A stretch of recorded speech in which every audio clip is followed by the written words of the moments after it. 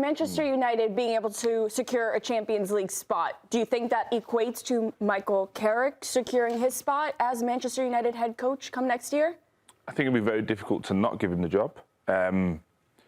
It's a really weird one because you want to give him all the credit that he deserves, because obviously they bought Ruben Amorim in, gave him the time, gave him all the players and the things he wanted, and you saw how that started at the start of the season. And then Michael comes in, strips it back to basics, goes very simple in terms of putting the best players in their best positions and try to make it work, go forward at the back instead of free. Very simple things that he did.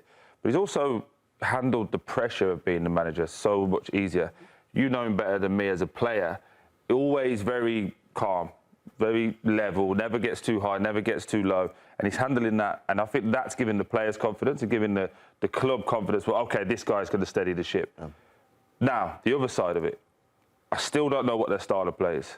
Are they an aggressive front-footed team? Are they a low block sit back? I don't know, because each week they're changing. Their performances have not been great.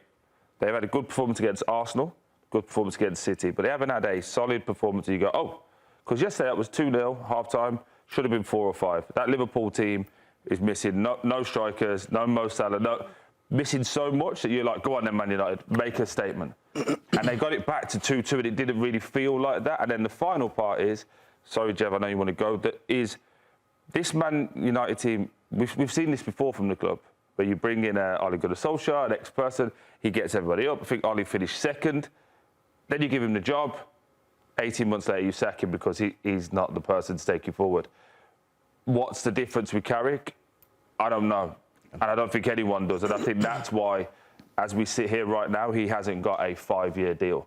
Mm-hmm. Because if they knew that he was the one, there you go, give you the key to the castle, we've got to move forward. And, you know, with all of that being said, I think it'd be very remiss of us to not wish Sir Alex Ferguson all the best as well. Hopefully, because he went down ill yesterday at the game, got taken to hospital. We wish you all the best, Sir Alex. Yeah, absolutely echo that. The person I spoke to today said that it's precautionary and he's pretty confident. The good news is that Sir Alex is OK. It's a really, really weird one with Manchester United because Michael Carrick couldn't really have done a lot more asked of him from the position when he came in to securing Champions League football right now. He has absolutely fulfilled every single task that was put in front of him. He's unified them. He has got them playing in a certain, well, not in a certain way, but as Troy said, it's simple. Square pegs, square holes. Very, very straightforward. So it's not rocket science, but the quandary they have, and I agree with Troy, it's their process is tainted by previous mistakes. And that's where the problem lies. But has Michael Carrick been really, really good? Or was Ruben Amorim that bad? and it's very fair question. It's a bit like, it's almost like analysing Manchester United beating Liverpool yesterday. Now, Manchester United beating Liverpool is a massive thing because it's one of the biggest, although it's not technically a derby, it is a derby in football terms. Were Manchester United that great or were Liverpool that poor? So when you analyse Michael Carrick, is he a really good manager or is he just a whole lot better than the previous guy who was an absolute shambles, let's be honest? Yeah. So, again, you start next season, and if the owners spend money, is Michael Carrick an elite coach who can take Manchester United to the very top echelons of football?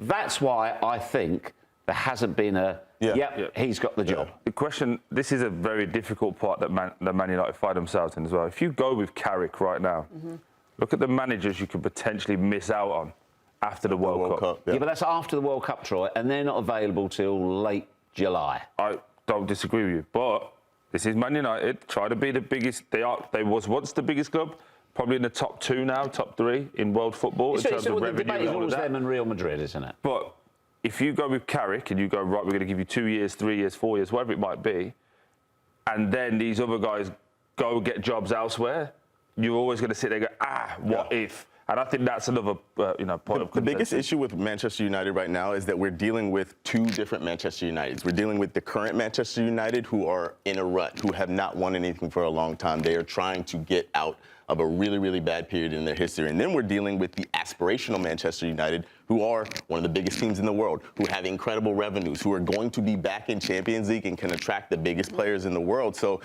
that is, I think, why we're sitting here saying Carrick doesn't have the full job, because is he the guy to take them to the next level? Right now, they're doing well. They're back where they should be. But to get to the next level, we don't know if Michael Carrick has that cachet. We don't know if he can coach 4 competitions I don't even know this if the players can do it. We don't know if the players can do it. So that's the biggest question.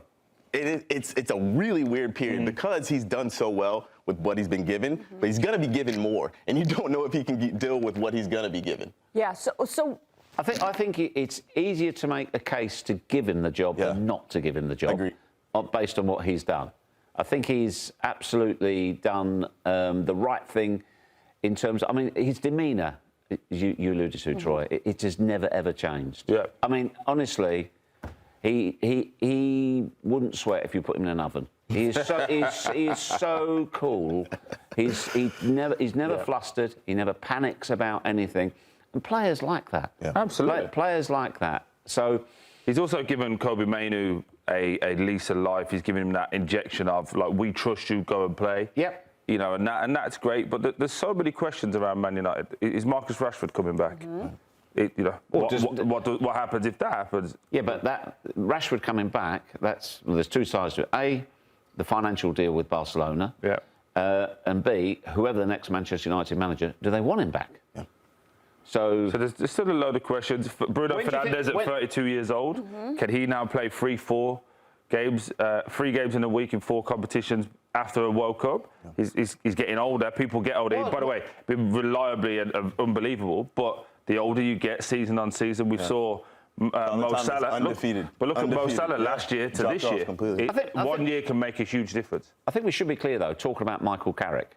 He's done a fantastic job. Oh, 100%. He's done a brilliant job. And it would certainly not be surprised if he got the job. It's just this, as Aaron said, this strange period because of previous mistakes. If you cancelled out a few previous managers, he'd be an absolute shoo-in. He'd have been given the job already. Well, you brought up the name Bruno Fernandes, so that brings us to our morning footy trivia, because it is Bruno Fernandes related. So the question is, Bruno Fernandes has 70 assists for Manchester United since joining in the Premier League. Who has... Sorry, my notes are here. Bruno Fernandes has 70 EPL assists for Manchester United since joining, the most in the Premier League. Who has the second most assists for Manchester United in that span? Thanks for watching this video from Morning Footy. For all news and insights regarding leagues around the world like EFL, Serie A, and all UEFA competitions, both men's and women's, don't forget to sign up for Paramount+.